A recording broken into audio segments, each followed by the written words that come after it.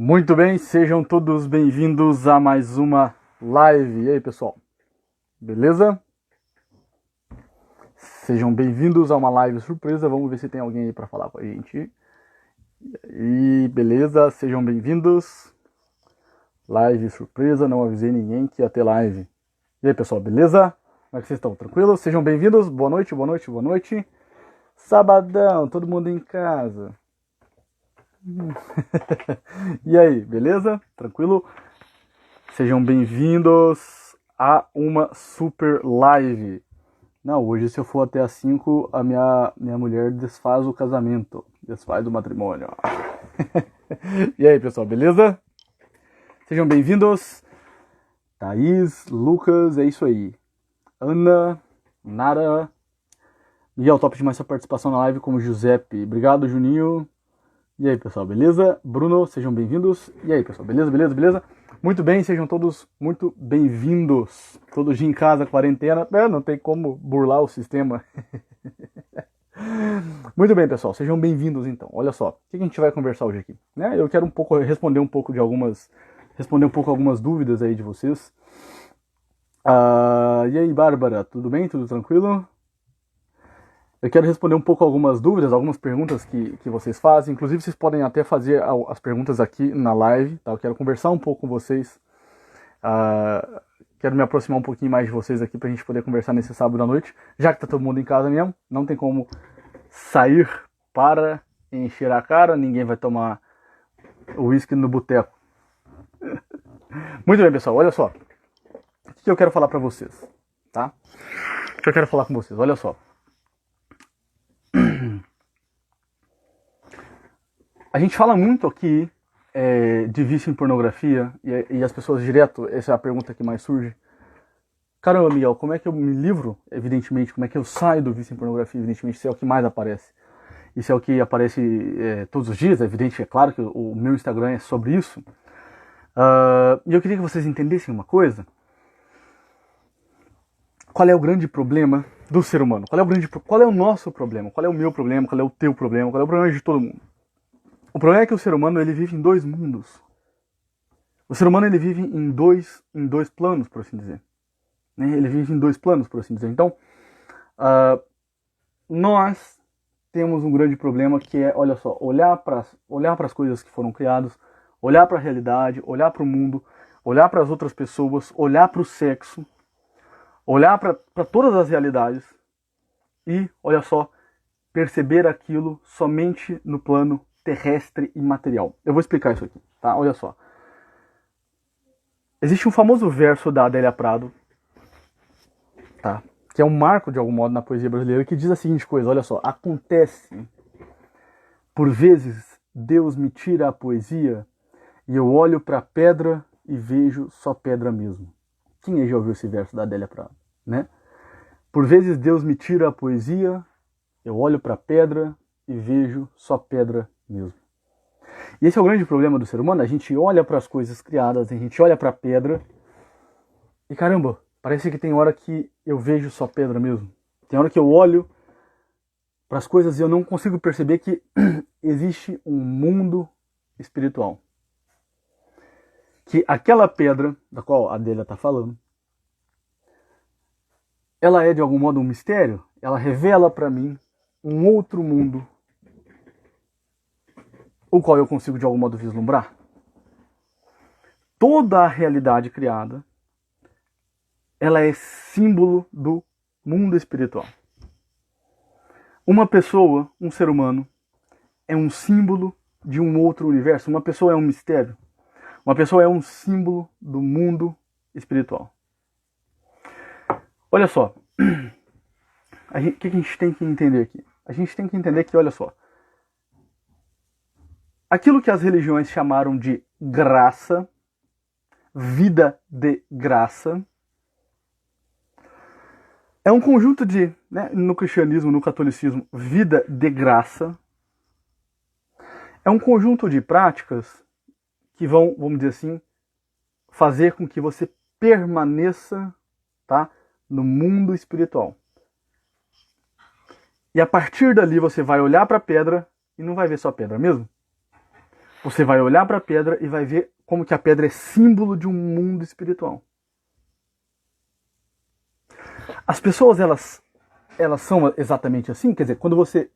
Caramba, quando eu olho para o Felipe, quando eu olho para o Jardel, quando eu olho para o Davidson, quando eu olho para o João, quando eu olho para o Mateus, né? Quando eu olho para a Maria, para o Pedro, as pessoas, elas são presença de um mundo espiritual.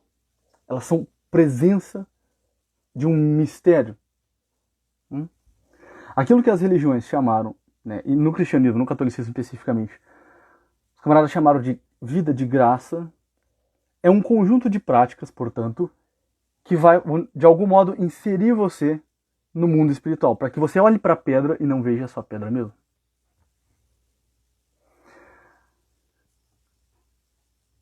Quando a gente... Presta atenção aqui. Quando a gente, de algum modo... Olha só. Quando você, quando a gente não se coloca no mundo espiritual a partir da graça, o que acontece com a gente? A gente se fecha nesse próprio mundo. A gente se fecha na terra. A gente olha para a pedra e vê só matéria. A gente olha para a pedra e vê só a pedra mesmo. A gente não consegue vislumbrar a existência de um mundo espiritual. A gente não consegue ter uma contemplação. A gente não consegue ter um vislumbre de que existe um outro mundo e de que as coisas criadas são símbolos desse mundo espiritual. As coisas criadas, elas de algum modo nos lembram de que, olha só, existe um mundo espiritual. Aquilo que o cristianismo chamou de santo é uma pessoa que ao longo de toda a vida dela viveu no mundo espiritual. E tudo o que ele fazia, tudo o que ele via, lembrava ele desse mesmo mundo contemplativo, vamos dizer assim. Deu para entender isso? Quando a gente se fecha no mundo terrestre, quando a gente se fecha só na terra, a gente vive amedrontado. Amedrontado. Presta atenção nisso aqui. A gente vive amedrontado. Tudo passa a ser uma ameaça pra gente. Porque tudo que a gente quer... Olha, se a gente fala pra um, sei lá, chega pra um católico e pergunta, cara, qual que é o sentido da sua vida? Ele vai falar, ir pro céu. Se a gente não tem um vislumbre desse mundo espiritual, e a gente não tenta viver nele, portanto, a gente acaba vivendo nesse mundo terrestre, então tudo passa a ser uma ameaça. Você vive neurótico. Você vive neurótico, com medo de tudo. Ah, porque vão tirar meu emprego, então eu tenho medo de perder meu emprego. Ah, porque vão tirar minha namorada, então eu tenho medo de perder minha namorada. Ah, porque eu vou, sei lá, ficar desempregado. Ah, porque, sei lá, eu vou, sei lá, não ter dinheiro. Quer dizer, tudo passa a ser pra você uma ameaça. Porque você ainda está disputando as coisas com as pessoas desse mundo aqui. Então qualquer um pode puxar teu tapete. Aquilo que a religião chamou de vida de graça é um conjunto de práticas, a saber, né? Oração, jejum, esmola, a obediência dos mandamentos, a frequência dos sacramentos, não é isso? Essas práticas, portanto, elas vão colocar você na vida de graça. A vida de graça é o que vai abrir o mundo espiritual para você.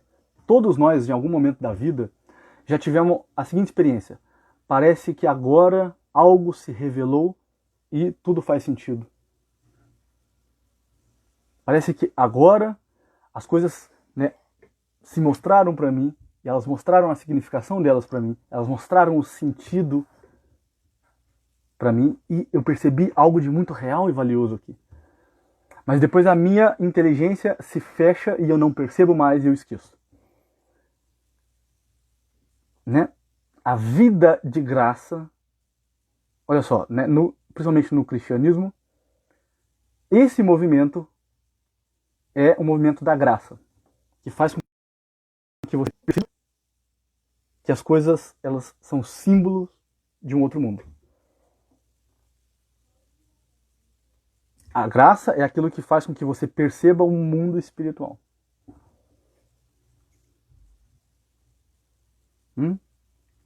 Então, olha só. Quando a gente não tem essa perspectiva, a gente se fecha, então, nessa terra. Eu olho para a pedra e vejo só pedra mesmo. Um santo, ele nunca olha para uma pedra e vê só pedra mesmo. Entende? E um santo, quando olha para uma pessoa, ele vê todo o mistério de uma pessoa.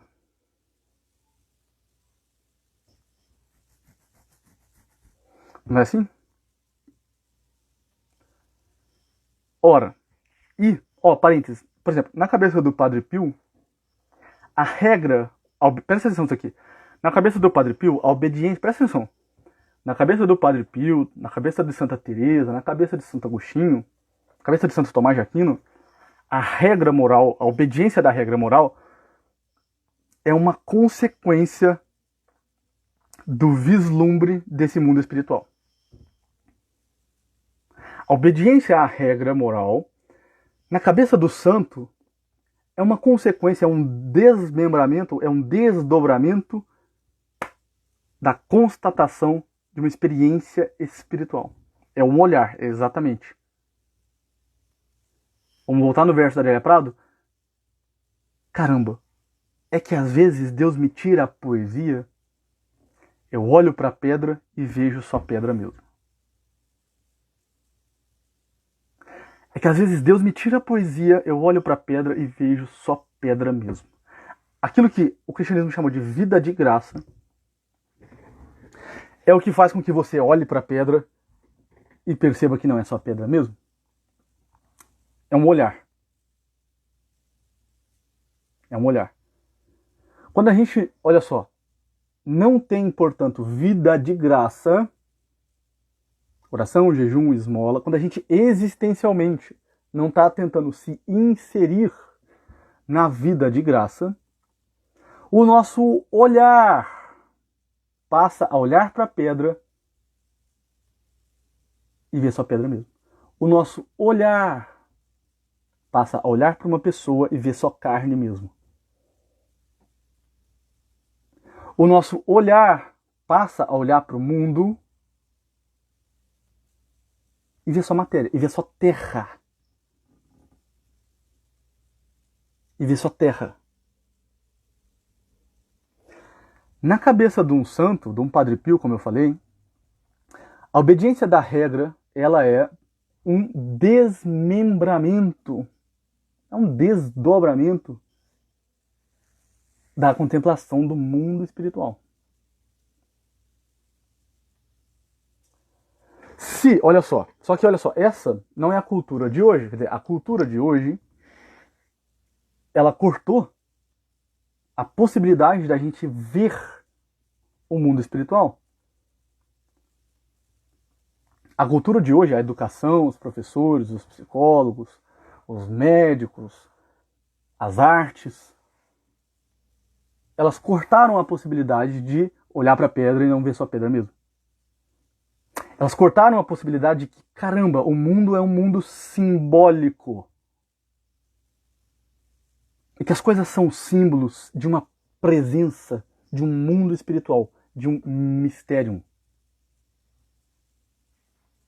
Inclusive um outro ser humano, inclusive uma outra pessoa, ela é a presença de um mistério.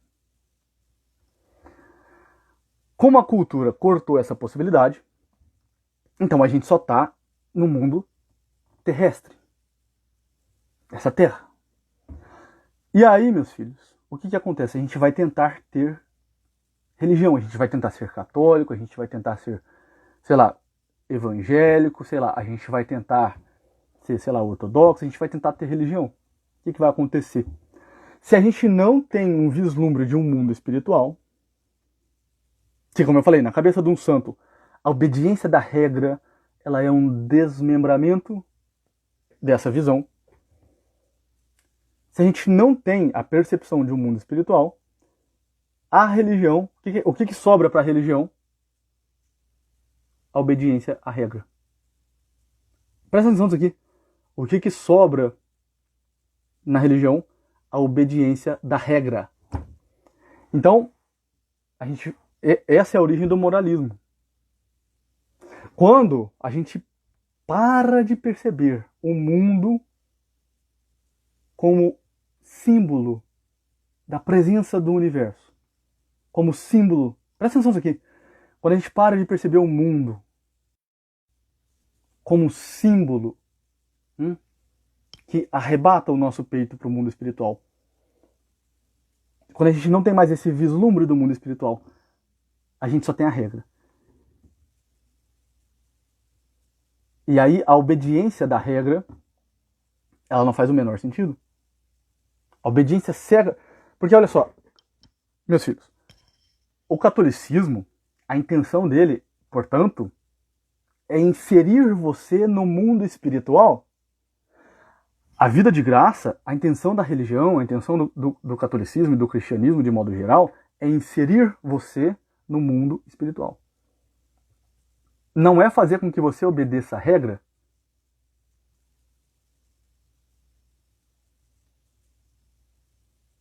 Obedecer a regra, ela faz sentido. Isso faz sentido, desde que seja, olha só, um negócio assim, ó, não, você vai entrar no mundo espiritual, para isso você tem que obedecer a regra. Ah, beleza. Eu já vislumbrei o mundo espiritual. Mas como a cultura, hoje em dia, cortou isso, o que sobrou para a religião? Sobrou o moralismo, sobrou a obediência da regra. Porque o mundo não é mais símbolo de nada. E aí o que acontece? E aí por que as pessoas tentam obedecer a regra? Quer dizer, não, o que virou a religião? O que virou o catolicismo? O catolicismo hoje não é mais usado para você, meu filho, a partir dos instrumentos que ele dá, ter vida de graça e entrar no mundo espiritual. Que nesse processo o erro faz parte da caminhada. Quer dizer, nesse processo de entrar e permanecer no mundo espiritual, o erro faz parte do processo. Evidentemente, no moralismo, como, né, a finalidade é somente cumprir a regra, ou seja, a finalidade não é entrar no mundo espiritual, o erro ele é brutal, fatal e fatídico. O erro não é permitido. E se você vive uma vida em que o erro não é permitido, você criou uma neurose. Você vai ficar maluco. Se o erro não é permitido na sua vida, você vai ficar louco. Você vai ficar neurótico, gente. É sério. Eu não tô brincando. Se você tem uma vida em que o erro não é permitido, você vai ficar neurótico. Você criou uma outra neurose. O Charles Baldwin chamava esse tipo de neurótico de angelismo. É um psicólogo francês, Charles Baldwin. E ele escreveu, eu não lembro o nome do livro, faz muito tempo que eu li. E ele descreveu um tipo de neurose específica, não, é o angelismo. O angelismo é a neurose em que você acredita que você, não, peraí, eu não posso errar, eu sou um anjo, eu devo ser um anjo. Mas esse não é o caminho do ser humano. O caminho do ser humano de permanência na vida, no mundo espiritual. Exatamente, é por isso que existe a confissão. Exatamente. Porque o próprio Cristo, ele falou, olha, para você entrar no mundo espiritual, o erro faz parte do processo. Ele mesmo já sabia disso e deixou o sacramento da confissão. Agora, para a pessoa que não tem o vislumbre do mundo espiritual, não tem a vida de graça, por que ela se confessa? Só para obedecer a regra. E isso é neurótico.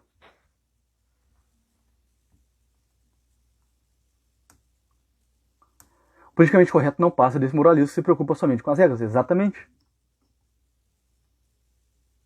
E aí o que acontece, né? Fica todo mundo fiscalizando a vida do outro, porque é o que sobra para fazer. O que sobra fazer? O que dá? O que resta, portanto? Resta eu fiscalizar a conduta do outro. Não tem mais nada para fazer. Vou lá ver se o outro tá fazendo certo, vamos dizer assim. Entende? Só que o erro, ele faz parte do processo, porque nós estamos cegos. Nós estamos cegos.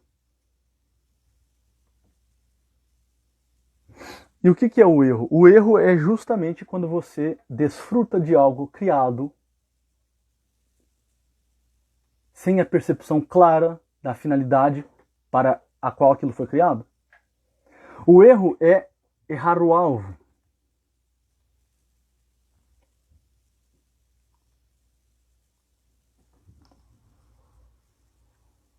E a gente vai fazer isso várias vezes? Quer dizer, olha, nem sempre você vai olhar para a pedra e vai ver o mundo espiritual. Ou seja, entende? Nem sempre isso vai acontecer.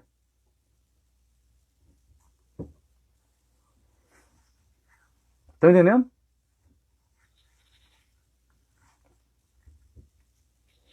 Ora, a vida de virtude... Isso aqui é catequese, né? A vida de virtude... O que é a vida de virtude? O que é a virtude? A virtude não é um fim nela mesma. Ninguém, sei lá, né, tenta viver a virtude da paciência para poder ser mais paciente. Ninguém tenta viver, sei lá, fortaleza para poder ser mais forte. Ninguém vive a prudência para ser mais prudente. A finalidade da virtude é inserir você no mundo espiritual. E criar as condições para, quando você estiver no mundo espiritual, você permaneça nele. É claro, o erro, o André está perguntando como devemos tratar o erro. O erro, ele deve ser corrigido, mas ele faz sempre parte do processo. Dar com a cara no chão faz parte do processo do cristianismo.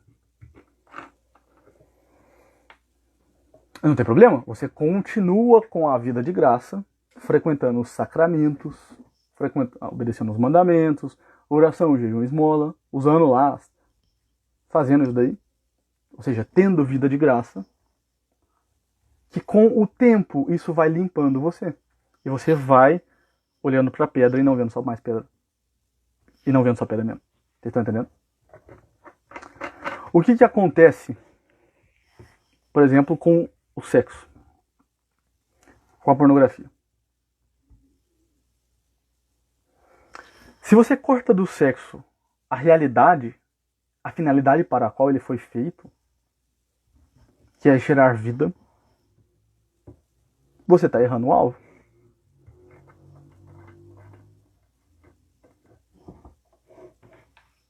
Você está errando o alvo. Se o sexo, olha só, se a relação sexual ela está cortada do mundo espiritual, você só tem o prazer. Você só vai ver o sexo como prazer. Só que uma pessoa, para ela conseguir ver, olha só, olhar para a pedra e não ver só a pedra mesmo, quer dizer, ver o mundo espiritual, para ela conseguir fazer isso, ela precisa existencialmente estar no mesmo universo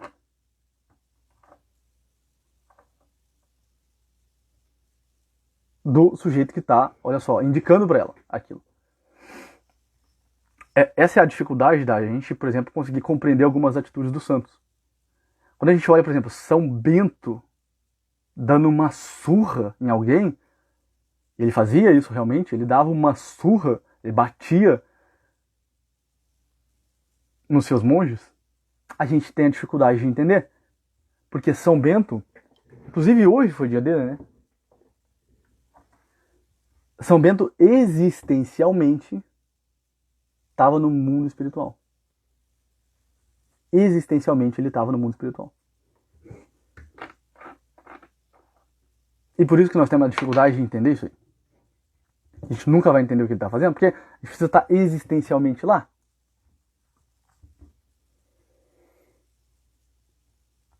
Olha só, no sexo, se o sexo ele é cortado da sua finalidade, se você quer gerar vida, a única coisa que sobra é o prazer. Então a coisa foi reduzida à parte mais animalesca dela, quer dizer, a parte mais animal. O meu cachorro sente prazer quando ele tem uma relação sexual. Né? O meu cachorro sente, o seu cachorro também sente prazer quando ele tem uma relação sexual. Alguém aqui já viu um filho sendo feito numa cena pornográfica? Não.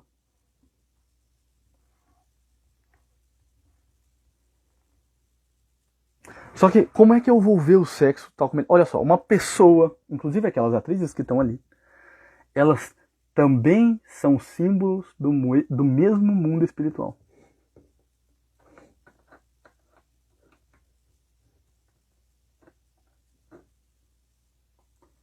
Entende? Então, como é que eu vou olhar para a pedra e não ver só a pedra mesmo? Como é que eu vou olhar para a relação sexual e não ver só prazer? Só tem um jeito. É claro, olha, eu falei lá, oração, jejum, esmola, aí o estudo entra em oração, tá? É a forma de conhecimento de Deus e do mundo espiritual. Só tem um jeito. Então, não se trata de se livrar da pornografia. Se trata de ter vida de graça.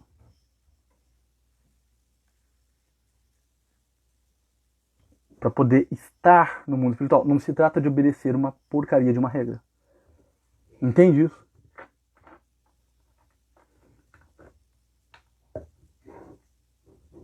Se trata de ter vida de graça. E parar de olhar o sexo só como prazer. E aí entra a masturbação, né? Ou seja, parar de ver o sexo como uma criança. Lembra quando Cristo falava o seguinte: olha, só entrará no reino dos céus aquele que tiver um coração de criança. Porque a criança vê o mundo com esses olhos espirituais. Ela se encanta com isso daí. O amadurecimento é justamente esse processo. Se você olha para o sexo e não vê só prazer. Você olha para a pedra e não vê só pedra mesmo. Você não vê só a parte material. O prazer, ele está na parte material do sexo. Só que quando você começa, então, a cultivar, é um cultivo. O que é um cultivo? Se você plantar uma plantinha, você vai ter que todo dia lá regar ela, vai ter que cuidar dela, você vai ter que limpar em volta. Não é assim? Você vai ter que, a luz tem que bater nela todo dia você vai ter que cultivar alguma coisa nela. Não é assim? A vida de graça também é um cultivo. Todos os dias você vai ter que fazer as mesmas coisas. Não precisa carregar 100 quilos, pode carregar 2 quilos. Mas todos os dias você vai ter que ir lá e vai ter que cultivar. E com o tempo, você vai se inserindo no mundo real. Bem-vindos ao mundo real. Quem já ouviu essa frase aí? Não é assim? Welcome to the real world, né? Bem-vindos ao mundo real. Welcome to the real world. É quase um trava-língua. Bem-vindos ao mundo real. É o mundo espiritual. Só que só percebe isso com o auxílio da graça. O sacramento, para quem é católico, né? O sacramento do batismo, ele foi justamente aquilo que abriu em você a possibilidade de viver um mundo espiritual.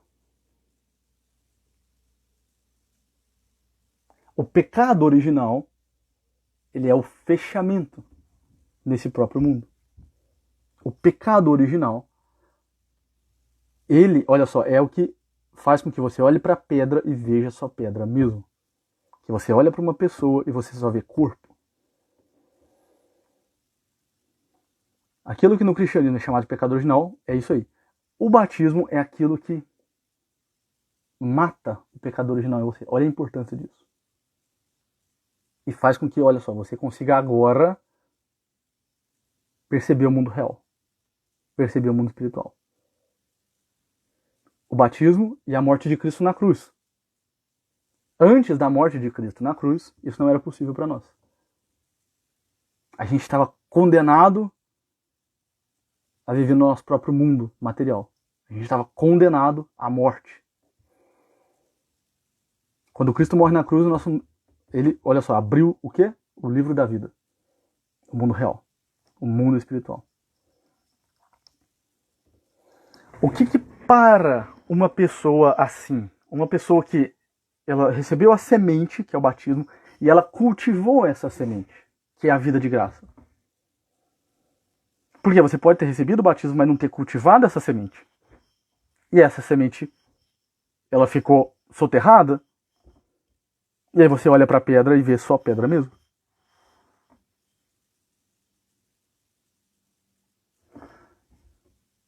Entende? O que para uma pessoa que recebeu o batismo, cultivou a vida de graça? Nada. Pô, ela não tem medo de perder o emprego dela, ela não tem medo de ficar, sei lá, sem dinheiro, ela não tem medo de, sei lá, perder a namorada, ela não vive neurótica com medo da vida, entende? Ela não tem medo da vida. Porque qualquer coisa que quiserem tirar dela, ela já não disputa aquilo. Ela já não tá querendo tanto aquilo. Ela pode até ter aquilo. Mas o que ela quer mesmo é a santidade. É estar no mundo espiritual. E a gente vê isso na vida dos santos. A gente vê que eles não tinham medo de nada. Né? Podiam tentar tirar eles daqui, tirar eles dali. Eles não...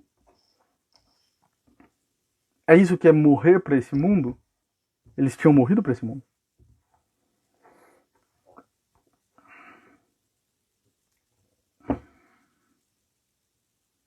A neurose é sempre um fechamento no próprio mundo psicológico, no próprio mundinho psíquico. E a vida de graça, o batismo e a vida de graça, é aquilo que, pum, faz com que você veja a poesia do mundo. A realidade, o mundo criado, inclusive você, as pessoas, teu marido, tua mulher, teu filho, tua esposa, teus pais, teus amigos, são coisas criadas, né? Todas essas pessoas, elas são símbolos do mundo espiritual, elas são presença. A pessoa, ela não é só um símbolo, é uma presença do mundo espiritual.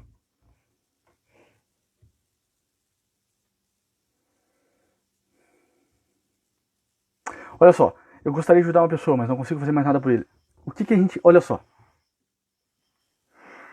O que acontece quando alguém... Presta atenção nisso aqui. O que acontece quando alguém entra em contato com uma pessoa assim? Tudo muda? Tudo muda? Porque se eu, olha só, tenho... Se o sujeito, ele tá na vida de graça, ele tá no mundo espiritual. Quando alguém entra em contato com essa pessoa é um símbolo do mundo espiritual para o outro. Então, entende? Muda tudo. Ele é um símbolo da santidade para aquela pessoa. E aquilo vai evocar nela o mundo espiritual. Ela vai, de algum modo, lembrar que, caramba, a pedra não é só pedra mesmo. Existe um mundo real. Então, o que eu posso fazer para ajudar fulano? O que eu posso fazer para... né? Entende isso? Não se trata... Olha só.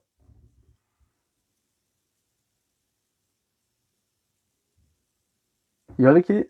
né, eu tenho aula particular com o Gugu direto. Eu sou aluno do Olavo há muito tempo e do Gugu também. Então, isso se insere, né? Naturalmente. Então, não se trata de fazer alguma coisa. Entende isso aqui? Pode até fazer alguma coisa. pode até fazer alguma coisa. Mas se trata mais de se inserir no mundo espiritual e estar existencialmente na vida de graça e no mundo espiritual.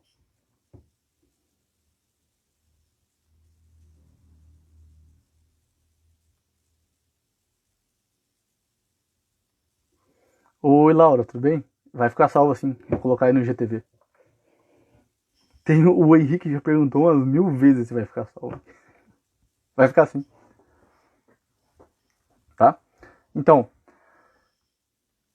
a vida de graça, o que acontece? Quando alguém entra em contato com uma pessoa assim, tudo muda. Como é que eu ajudo o meu marido? Você tem que estar no mundo espiritual. Você não vai precisar falar nada. Entende? Você não precisa falar nada.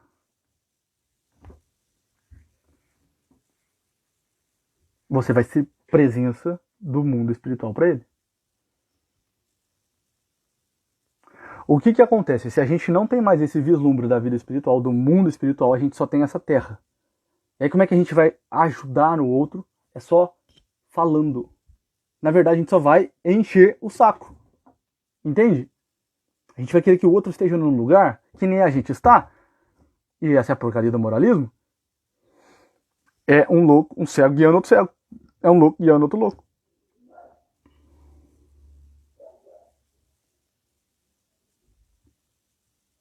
Porque nem... Olha só. Você só quer que o cara obedeça a regra. Que nem você obedece muito bem. Porque nós não obedecemos muito bem. Só que o erro faz parte do processo de o quê? Entrada, permanência no mundo espiritual. E aí a gente entende que o erro faz parte do processo.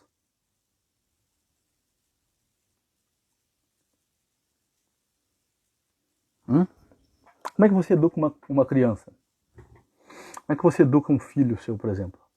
Você não educa. De maneira alguma. Você é. Você não fala. Claro, né? Deixa eu que falar, você pode falar. Mas se você não está no mundo espiritual e você fica falando com seu filho, você vai mais encher o saco dele. E apertar a moleira dele. Sem consciência nenhuma.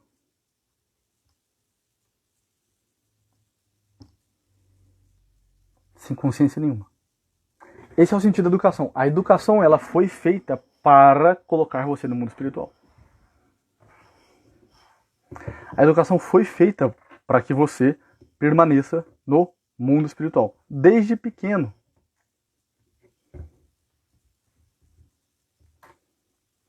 São Francisco que dizia, né? Não, você não tem esse negócio de pregar o evangelho, não. Esse palhaçada de pregar o evangelho. Que palhaçada é essa? Só tá aqui, o cara ele é a presença viva do evangelho. Você entendeu? Não prega o evangelho.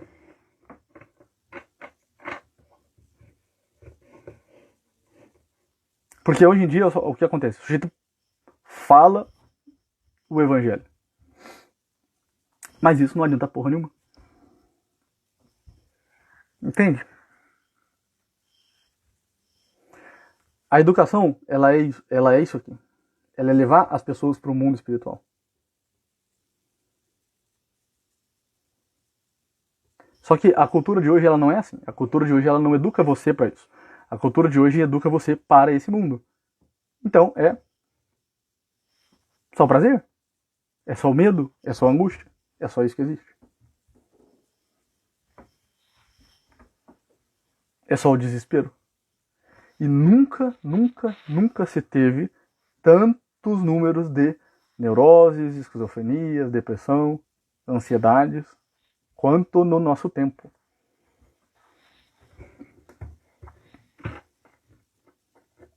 Então, mais uma vez, a regra só faz sentido quando você de algum modo tem um vislumbre desse mundo espiritual.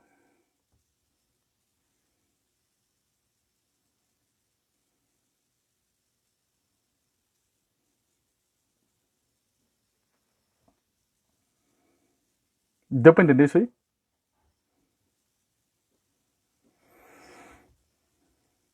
Então, é por isso que as pessoas invertem a negócio da castidade. Invertem o negócio Então, não se trata de sair simplesmente do vício da pornografia. É claro, aqui a gente dá... aqui a gente dá várias técnicas, várias coisas sobre como sair do vício da pornografia, e isso é possível. E a gente vai dar muito ainda coisa para poder orientar concretamente nesse sentido. Mas muito mais do que sair do vício em pornografia é entrar no mundo real. Porque no mundo real o sexo não é prazer. Apenas.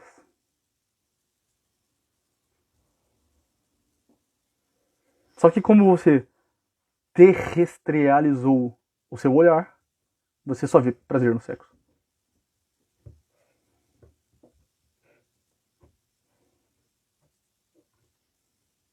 Entende?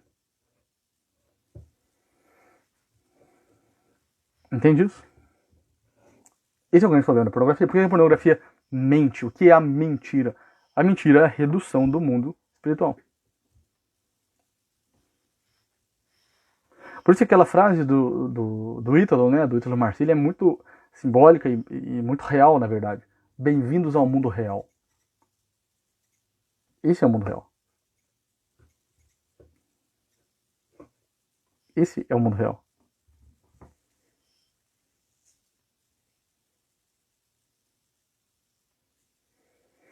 E mais do que apenas uma pedra, uma pessoa é uma presença.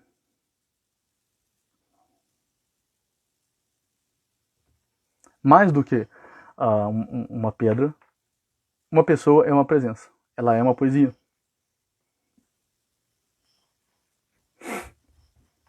É a presença do próprio Deus. Do próprio mundo espiritual.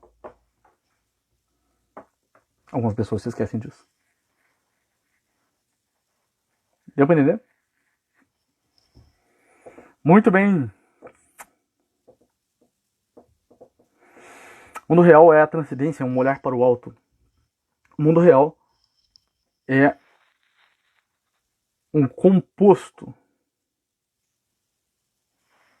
Olha só, é um composto de forma e matéria.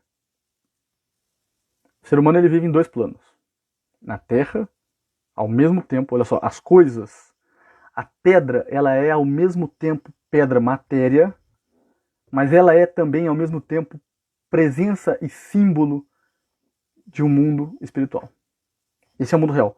O mundo real ele é então uma tensão entre as duas coisas.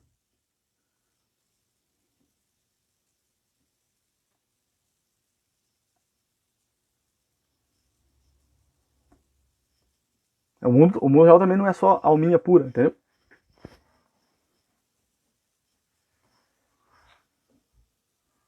Mas o mundo real é regular o olhar, realmente.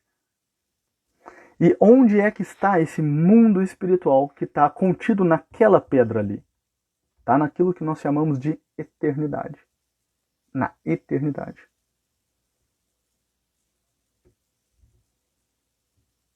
Na eternidade é onde, olha só, as coisas acontecem tudo ao mesmo tempo, de modo simultâneo.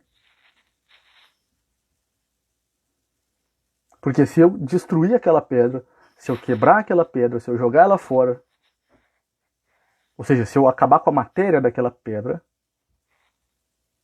eu não destruí a pedra. A ideia de pedra sempre vai existir. E onde está a ideia de pedra? Bom, olha só, está na pedra, está na nossa mente, mas também está na eternidade. E aquilo pode sumir da nossa mente, aquilo pode ser destruído da pedra, mas aquilo nunca pode ser destruído da eternidade. O mundo real é o mundo da possibilidade, é o mundo da eternidade. Né? Só uma deixa. Quando você morrer, você vai ser destruído, quer dizer, seu corpo vai ser destruído, mas você também vai perdurar, igual a pedra. Não bem igual a pedra, porque o ser humano ele continua se transformando na mesma direção que ele morreu. Mas você vai perdurar diante da morte. Seu corpo morreu. você continua. Você permanece. Você perdura. Isso não é religião. Não tem nada a ver com religião. Religião é outra coisa. Religião é como que isso aqui vai se relacionar com Deus depois.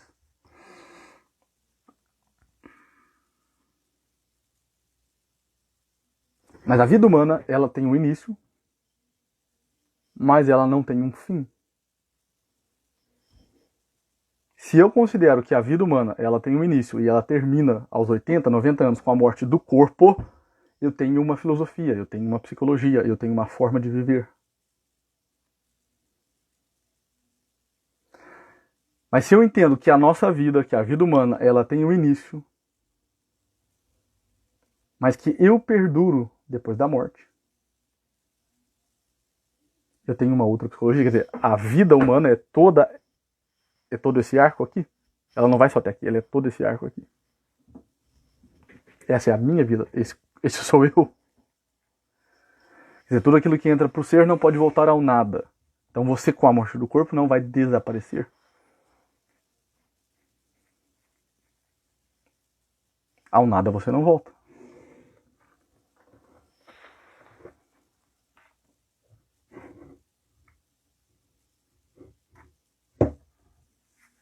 Você não vai desaparecer com a morte do corpo. Você vai perdurar.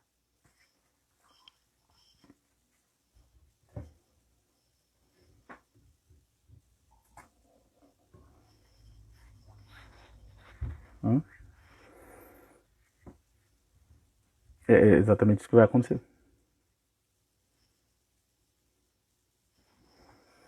Então, se eu tenho uma vida em que, não, a minha vida acaba aos 80 anos, então, pô, eu vou aproveitar essa vida aí. É isso aí. É prazer, é isso aí. Não é? Mas eu perduro depois da morte. Porque, né, como diz Spinoza, sentimos e experimentamos que somos eternos. Mas olha, o nosso senso de eternidade, ele já pode de algum modo ser percebido desde agora. Se você não é eterno depois que você morre, você já é eterno agora.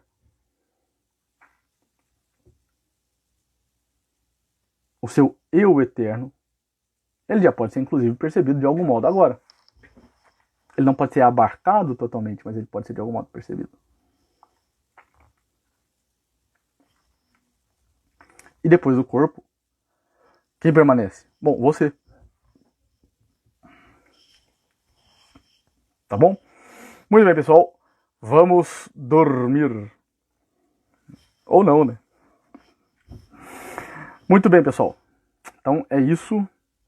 Não vou ficar aqui mais muito tempo falando com vocês. Aí também já deu quase 50 minutos. Eu vou pedir para vocês fazerem o quê? Printem a live. Eu vou repostar lá quem printar a live. Vou repostar lá nos stories. Sábado à noite deu vontade de falar um pouco com vocês aqui. Voltamos em breve, tá bom? Muito bem, pessoal. Então é isso. Boa noite para todo mundo. Printem a live. Printem. Mandem um print aí, tá? Me marquem lá nos stories que a gente vai repostar lá. Eu ainda tenho alguns horários para mentoria, para atendimento particular individual. Devo ter poucos aí. Quem tiver interesse pode entrar em contato comigo pelo direct, que a gente vai marcar mais alguns horários aí, tá bom? Fiquem todos então com Deus e até a próxima. Tchau, tchau.